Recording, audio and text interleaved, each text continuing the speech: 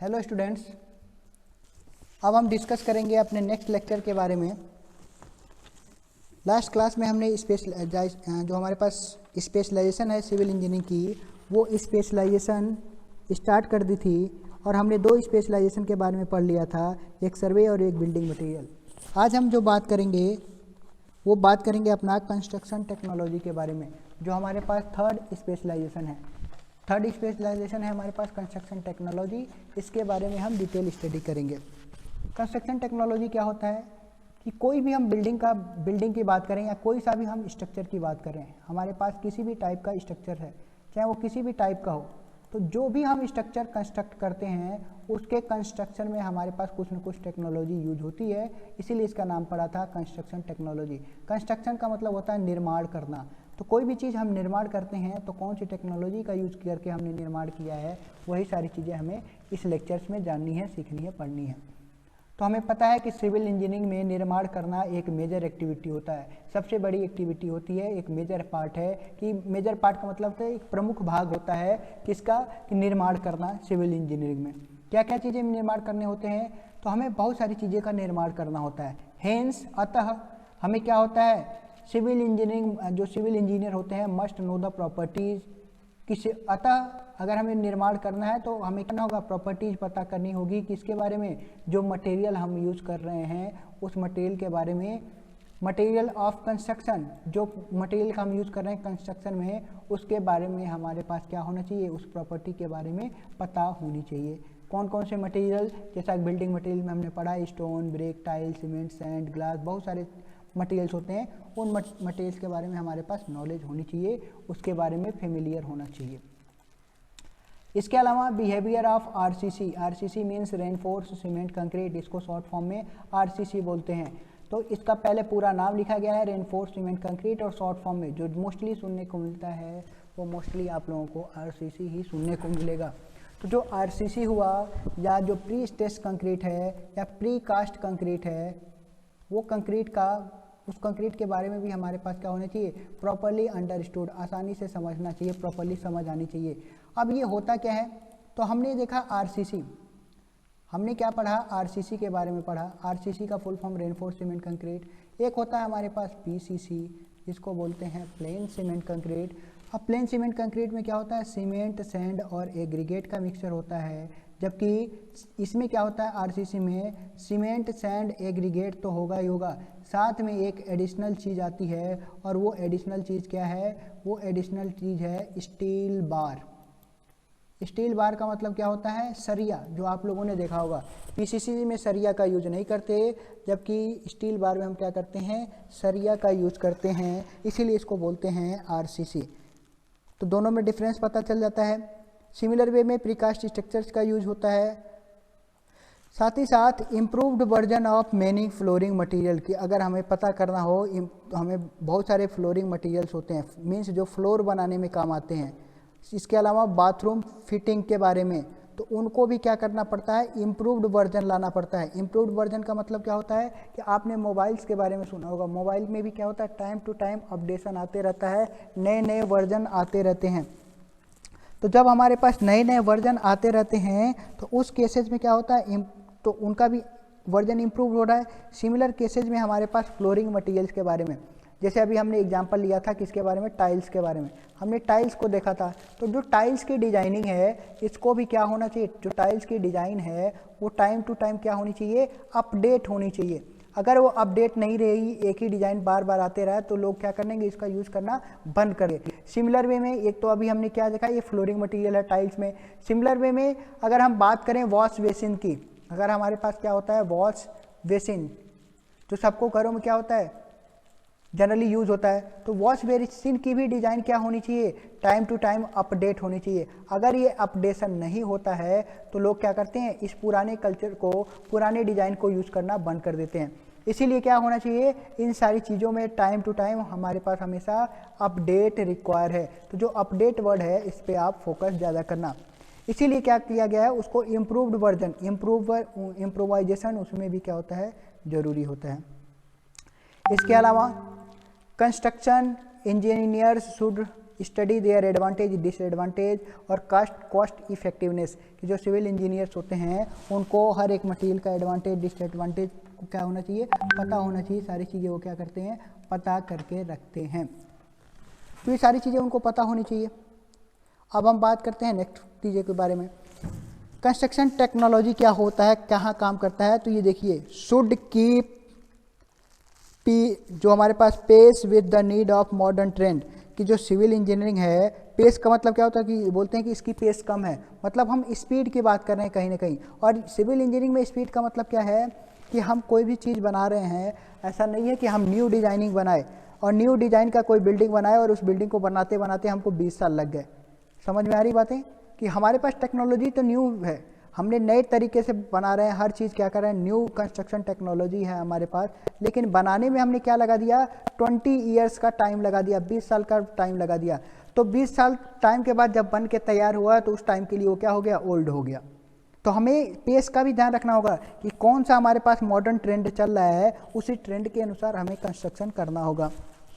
Like कि जो cities होती हैं, जो महानगर होते हैं, जैसे दिल्ली हुआ, मुंबई हुआ, कोलकाता हुआ, जो महानगर हैं, वो महानगर में बहुत टॉल स्ट्रक्चर्स देखने को मिलते हैं। और वो बड़े बड़े जो स्ट्रक्चर्स हैं वो ऐसा नहीं कि 50 सालों में बने हैं, वो बहुत शॉर्टेस्ट पॉसिबल पीरियड में कम से कम कितने टाइम में बना सकते हैं, इसके बारे में भी जानकारी होनी चाहिए। ये तो सिटीज़ के बारे में बात हुई।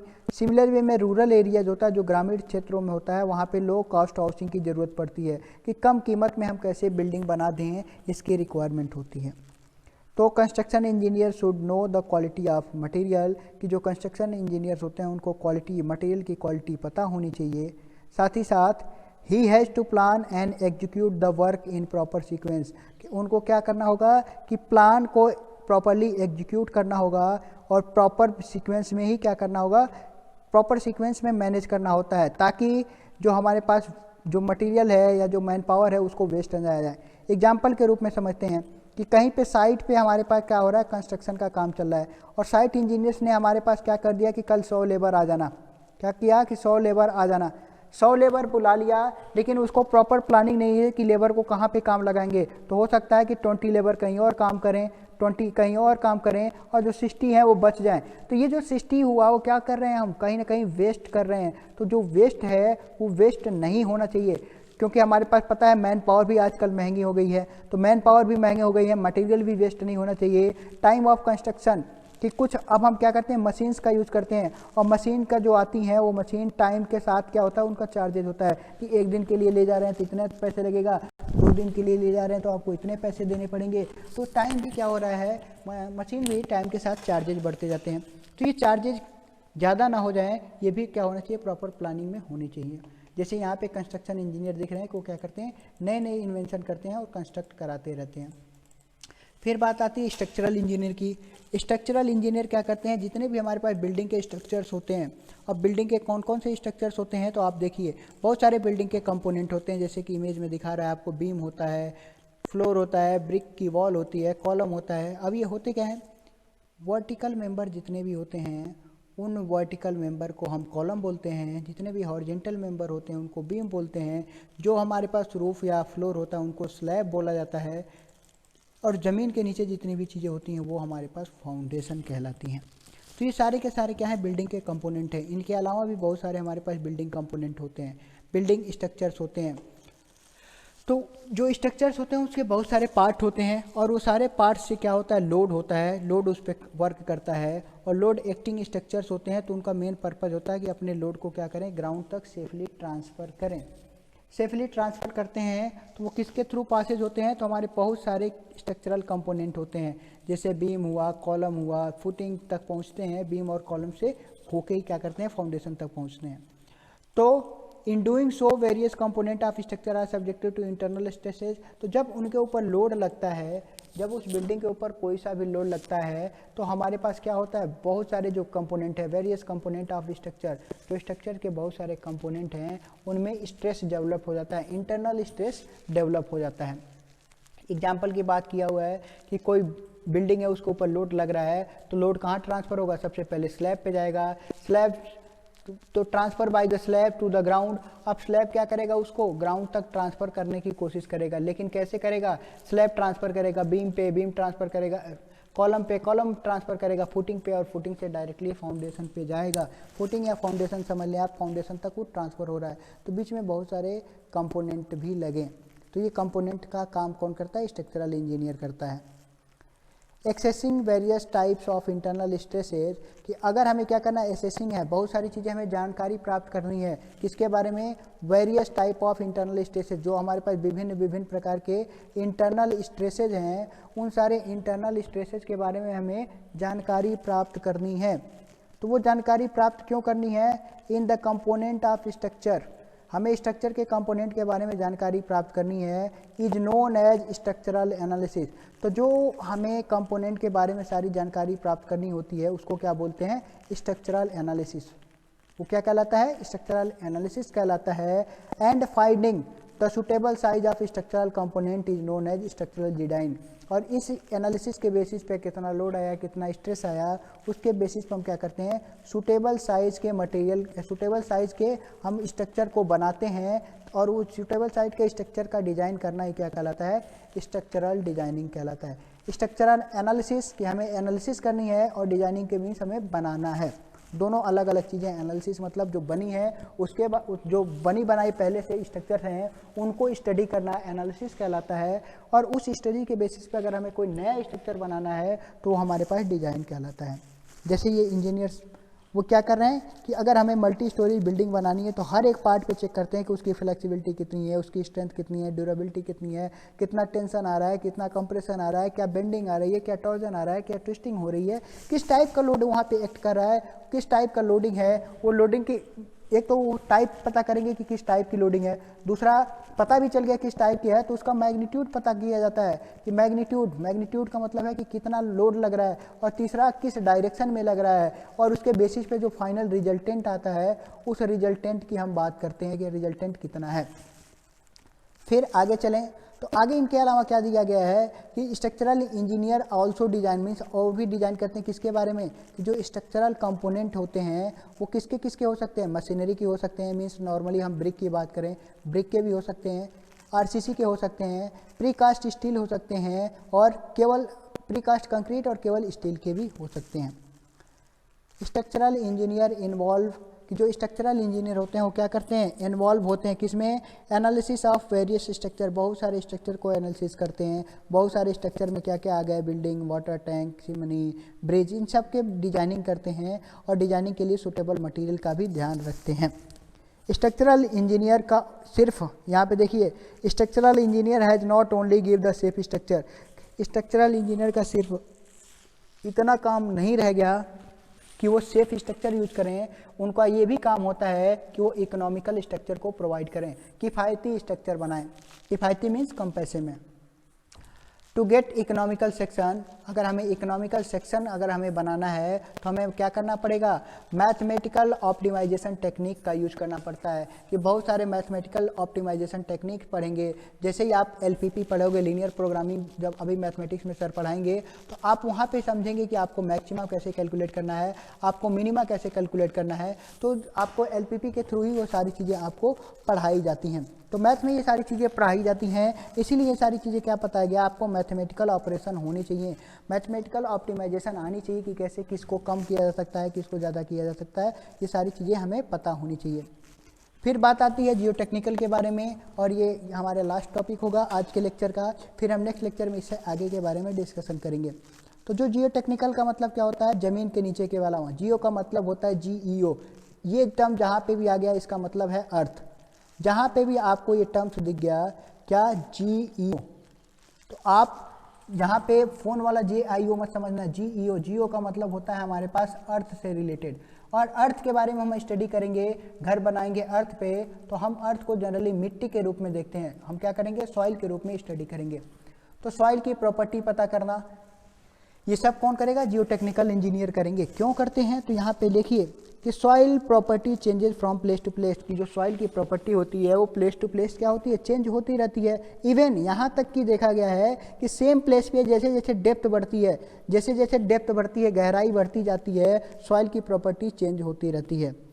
द सॉइल प्रॉपर्टी में, और जो होता है सॉइल की प्रॉपर्टी में वेरी, ये भी क्या करता है, वेरी करता रहता है फ्रॉम सीजन टू सीजन। गर्मियों में कुछ और प्रॉपर्टी देखने को मिलती है, ठंडियों में कुछ और प्रॉपर्टी देखने को मिलती है। तो गर्मियों और सर्दियों में भी क्या होता है, इसकी प्रॉपर्टी चेंज होती हुई है, चेंज रहती है, ये देखी गई है ऐसा। जब उसकी प्रॉपर्टी चेंज होगी तो load transfer from all structure to be safely transfer to the soil. अभी हमने ये बात की थी कि जो भी बिल्डिंग था, स्ट्रक्चरल इंजीनियरिंग में ही बात की थी कि जो भी बिल्डिंग पे लगने वाला लोड है वो ट्रांसफ़र होकर कहाँ तक जाता है, सॉइल तक जाता है। तो सॉइल तक जाएगा तो सॉइल के बारे में हमें पता होना चाहिए। तो उस सॉइल की बियरिंग कैपेसिटी हमें पता करनी पड़ती है कि कितना लोड, बियरिंग मतलब सहन शक्ति, कैपेसिटी का मतलब होता है क्षमता, तो कोई भी मिट्टी कितना लोड सह सकता है। अब एग्जाम्पल के थ्रू बात करें तो आपने अपनी लाइफ में दो एग्जाम्पल देखा होंगे, दो टाइप की मिट्टी की बात करेंगे अभी। एक होता है हमारे पास सैंड जिसको रेत बोलते हैं, और दूसरा होता है क्ले जिसको हम चिकनी मिट्टी बोलते हैं। अगर आप सैंड के ऊपर खड़े हों तो आपको क्या लगता है, आप इसमें धंसने लगते हैं, ज़मीन में क्या होता है, धंसने लगते हैं। लेकिन अगर आप क्ले के ऊपर खड़े हैं तो ये आपको ज़्यादा लोड बियर कर पाएगा, ये आपका लोड ज़्यादा बियर कर पाएगा, ज़्यादा लोड सह सकेगा सैंड के कंपेरिजन में। ये हमारे पास दो टाइप की मिट्टी देखी। ऐसे ही जब हम जियो टेक्निकल इंजीनियरिंग के बारे में, सॉइल मैकेनिक्स पढ़ते हैं तो हमारे पास एन नंबर्स ऑफ बहुत सारे टाइप ऑफ मिट्टी देखने को मिलती है। हमें यहाँ पे वो सारे टाइप ऑफ मिट्टी के बारे में नहीं डिस्कशन करना है, हमें बस ये डिस्कशन करना है कि सॉइल की सेफ बेयरिंग कैपेसिटी हम पता लगाते हैं, सॉइल की कितनी क्षमता है कि वो लोड रोक सके, वो हम पता लगाते हैं सॉइल बेयरिंग कैपेसिटी में। ये काम किसका होता है, जियो टेक्निकल इंजीनियरिंग का होता है।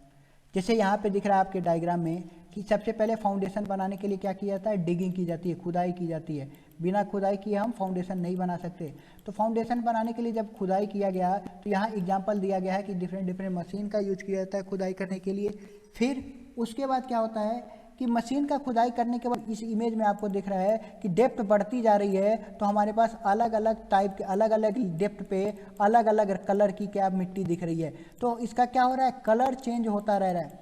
जो आपको दिख रहा है डायग्राम में, उस डायग्राम में आपको दिख रहा है कि जो कलर है, मिट्टी का जो कलर है वो भी क्या हो रहा है, टाइम डेप्थ के साथ चेंज हो रहा है। इस डायग्राम में अगर नहीं क्लियर है तो अगले डायग्राम में देखिए। इस डायग्राम में आपको यहाँ तक का कोई और कलर है, यहाँ से लेके यहाँ तक कोई और कलर है, ये कोई और लेयर है, इतना कोई और लेयर है, फिर यहाँ तक कोई और। तो यहाँ देखिए 7-8 लेयर हमारे पास दिख रही हैं। तो अलग अलग कलर की मिट्टी क्या बताती है, अलग अलग लेयर को शो कर रही है कि हमारे पास पर्टिकुलर अलग अलग लेयर है। पहला लेयर ये दिखा यहाँ पे, फिर ये लेयर है, फिर तीसरा लेयर ये है, चौथी लेयर ये है, पांचवी लेयर ये है, छठी ये हो गई, सातवीं ये हो गई, आठवीं लेयर ये हो गई, फिर नीचे ना बहुत सारे इसमें लेयर हैं। तो बहुत सारे लेयर हैं तो हमें हर लेयर की क्या करनी पड़ेगी, स्टडी करनी पड़ेगी। जितना ज़्यादा लेयर उतनी ज़्यादा उसमें वेरिएशन, उतनी ज़्यादा उसकी प्रॉपर्टी चेंज है। तो जैसे जैसे लेयर क्या होगा, बदलता रहेगा, लेयर उसमें आते रहेंगे, हर लेयर की प्रॉपर्टी जो होगी वो प्रॉपर्टी क्या होती है, चेंज होती रहती है, चेंज होती रहती है। जैसे जैसे लेयर क्या होता है, चेंज होता रहता है। तो जैसे जैसे हमारे पास लेयर चेंज हुआ, लेयर के बेसिस पे प्रॉपर्टी भी क्या हो गई, चेंज हो गई। और प्रॉपर्टी चेंज हो गई तो उसकी जो बियरिंग कैपेसिटी है, जो उसकी बियरिंग सहन करने की जो कैपेसिटी है, जो क्षमता है, वो भी क्या हो गई, ख़त्म हो गई। जो बियरिंग कैपेसिटी ख़त्म हो गई तो हमारे पास कहीं ना कहीं हमारे पास क्या आ जाती है, कमियां आ जाती हैं, और वो वहाँ पे बिल्डिंग क्या हो जाता है, कोलैप्स हो जाता है। तो ये सारी चीज़ें हमारे पास नहीं होनी चाहिए।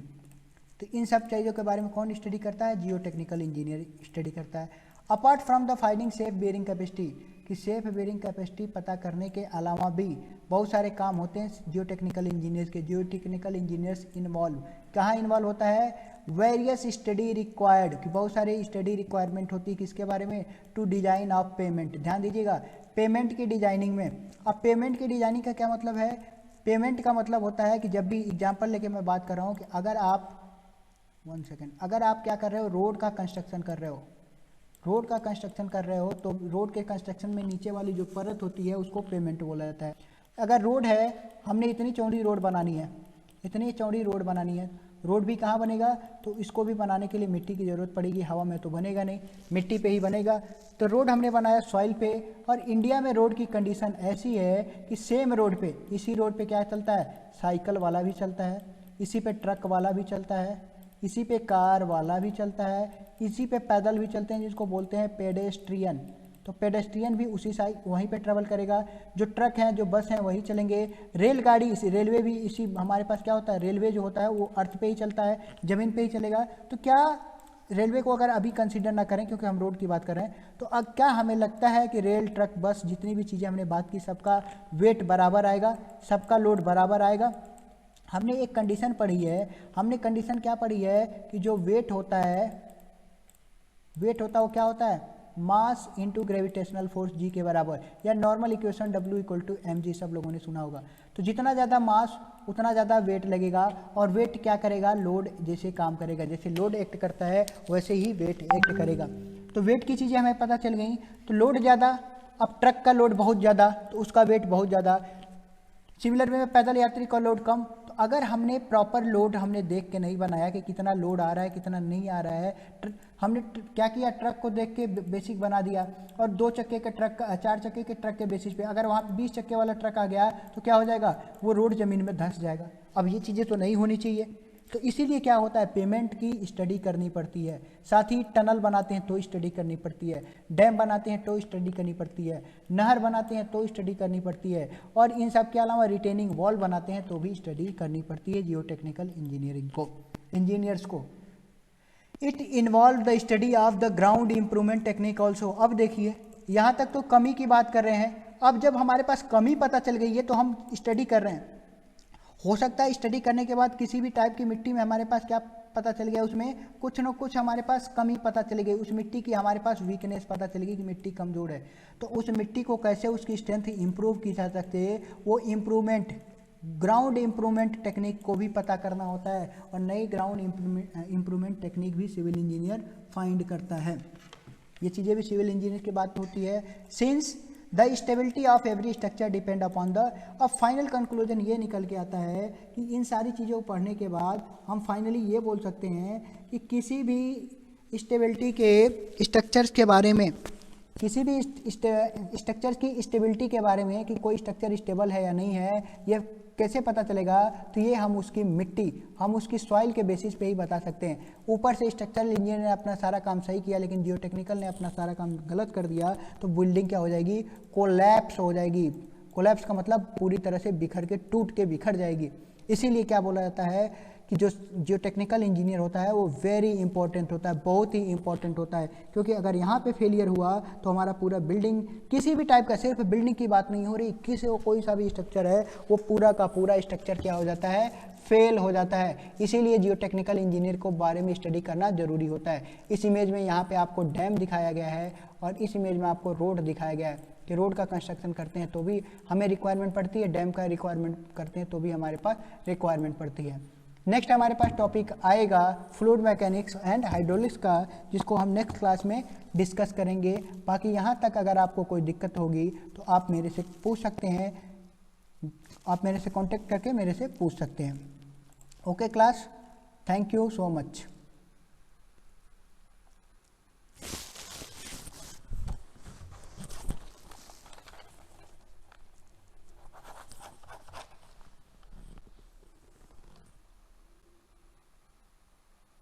Thank you class.